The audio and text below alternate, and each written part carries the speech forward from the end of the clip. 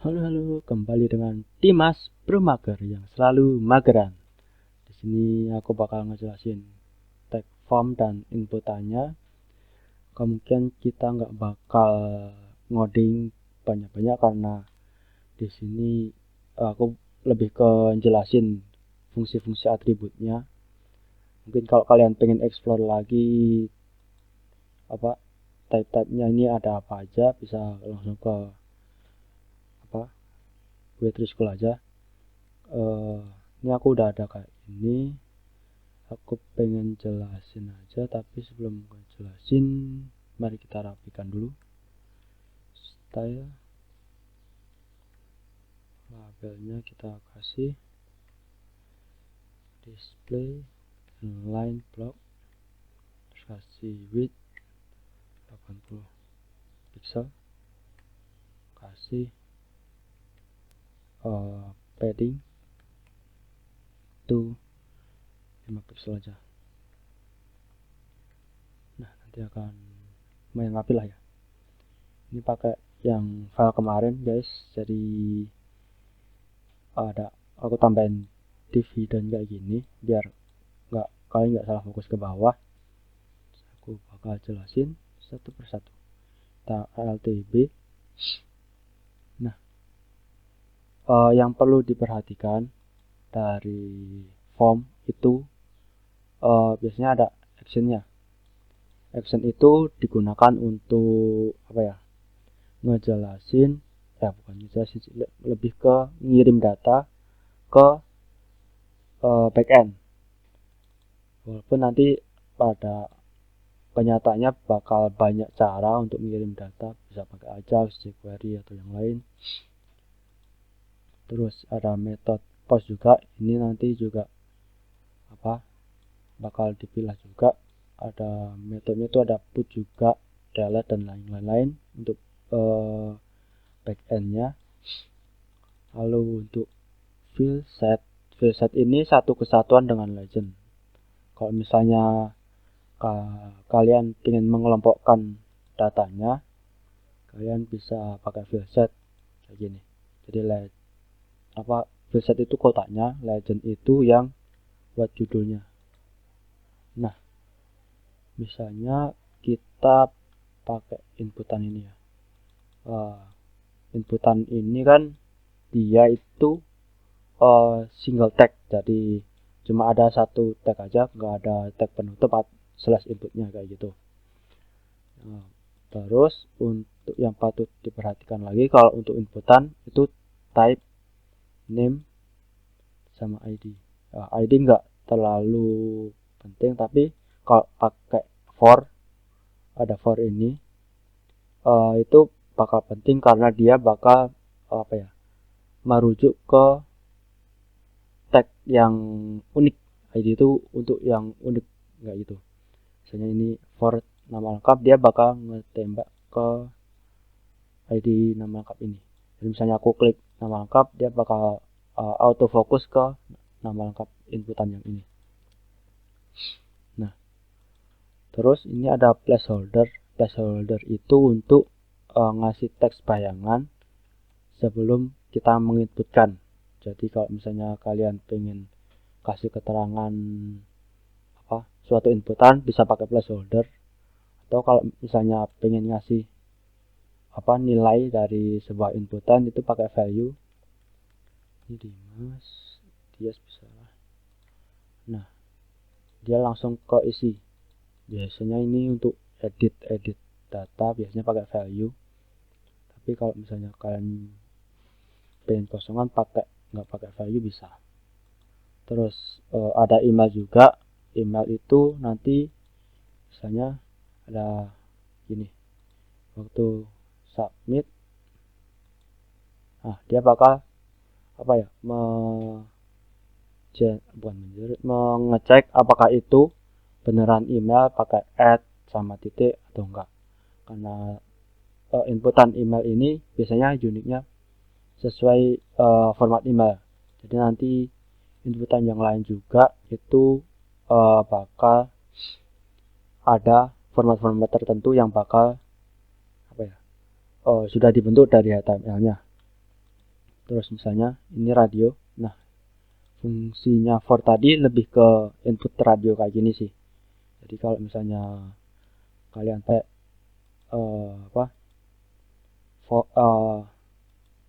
pakai for yang ini, nah kalian bakal milih kan, nggak harus input titiknya ini kan, bisa sesuai klik ke labelnya. Jadi labelnya laki-laki nanti ke laki-laki, perempuan ke perempuan, kayak gitu. Ini nanti ada atribut ceket. Ceket ini untuk auto centangnya. Misalnya kita hapus, kita nggak bakal auto ceket, nggak bakal kepilih lah, kayak gitu. Terus ada value juga. Ini value yang bakal dikirim ke backend tadi. Jadi misalnya kalian udah bisa PHP atau JavaScript, nanti bakal kirim ke backendnya kayak gitu. Lalu tanggal lahir itu nanti date. Dia formatnya itu bulan, tanggal, baru tahun. Jadi kalau misalnya kalian pengen misalnya tanggal dulu, bulan, baru tahun, itu biasanya pakai plugin JavaScript atau jQuery. Biasanya date time picker kayak gitu. Terus untuk password itu ada password juga. Ini tadi copy aja, hapus. Ini ku ganti password. Nah, namanya password. Terus untuk hobi, ini hobi kan ada 2. Nah, bedanya checkbox dengan radio itu di situ. Kalau checkbox itu bisa milih keduanya, 2 atau lebih, 1 atau lebih. Kalau di radio dia cuma salah satu, kayak gitu. Terus untuk file itu dia biasa milih file. Terus file nanti bisa milih gambar atau yang lain. Kalau misalnya kalian stokku kayak gini, image. Nah, misalnya pengen milih gambar, nanti dia bakal ke seleksi gambar. Jadi kalau misalnya ada dokumen selain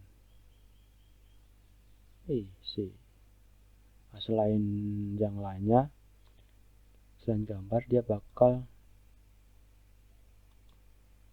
ini kemungkinan bakal akses kalau nggak salah sih.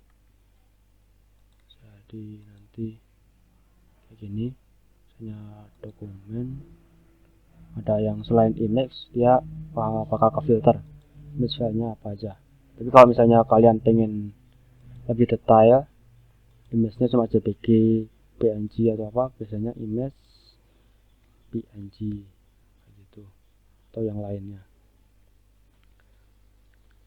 Terus tinggi badan itu biasanya kan angka, itu biasanya pakai number.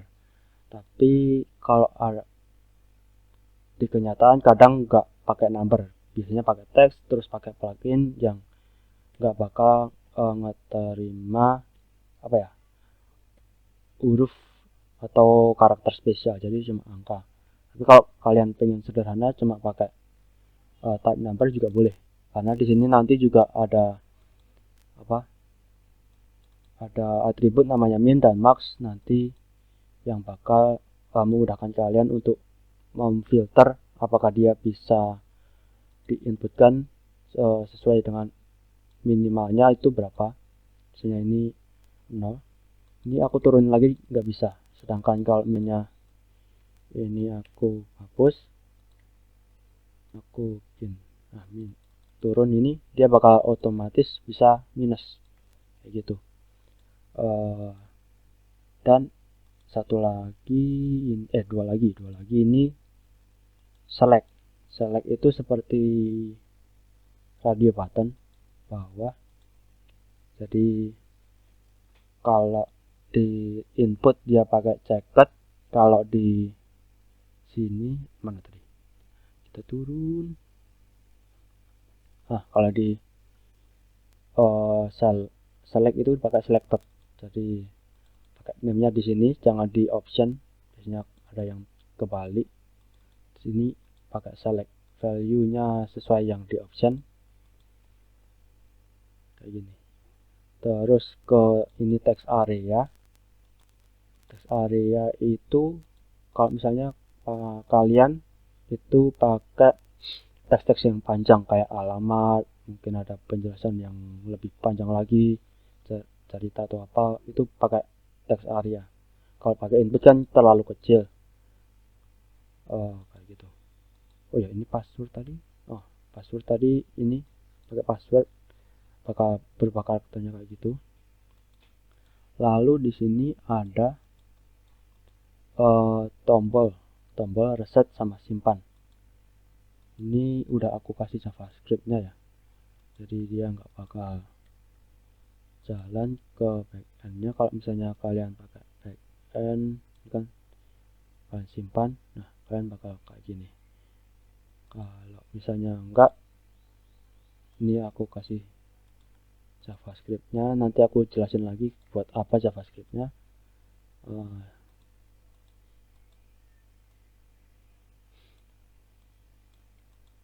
Kita masuk ke penjelasan di JavaScript-nya. Klik kanan inspect. Nah, ini konsol. Kalau misalnya disimpan, nah nanti yang bakal dikirim itu name-nya tadi sama value yang ada di sini. Jadi kalian benar-benar bakal tahu kayak gini. Misalnya tadi ke sini, misalnya nih ya, yang nama lengkap name-nya aku hapus. Di sini udah aku masukkan input, dia simpan, dia nggak bakal muncul name-nya itu apa isinya, karena dia nggak ada name. Karena dia nggak ada name-nya, dia nggak bakal tahu value yang ada dikirim ke backend itu apa aja. Nah, sedangkan tombol reset ini bisa kalian udah ngasih value kayak ini, value.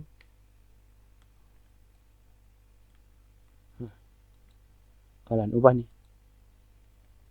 Nah, kalian reset, dia bakal balik seperti semua, seperti yang lain juga. Misalnya ini udah kalian pilih, misalnya kayak gini.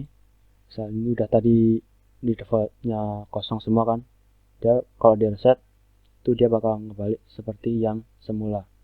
Jadi kalau misalnya kalian belajar JavaScript bingung pakai biasanya ada sih kasus tombol reset itu pakai JavaScript, jadi ngeset value-nya sesuai JavaScript-nya. Nah, kalau kalian ribet dengan JavaScript yang inputannya banyak, nah kalian bisa pakai tombol reset aja. Itu lebih enak buat kita buat ngoding yang lain dan nggak mubazir waktu buat ngeset defaultnya di JavaScript-nya. Lebih enaknya seperti itu. Mungkin seperti itu gambarannya. Mungkin penjelasan yang lain bakal kita bahas lagi di nextnya. Kita bakal bahas CSS itu kayak gimana dan apa yang harus diperhatikan untuk CSS. Sekian dari saya. Jangan lupa tonton video sebelumnya juga kalau misalnya belum paham sampai sini gimana belajar HTML-nya kayak gimana. Sekian dari saya. Terima kasih. Salam Promaker.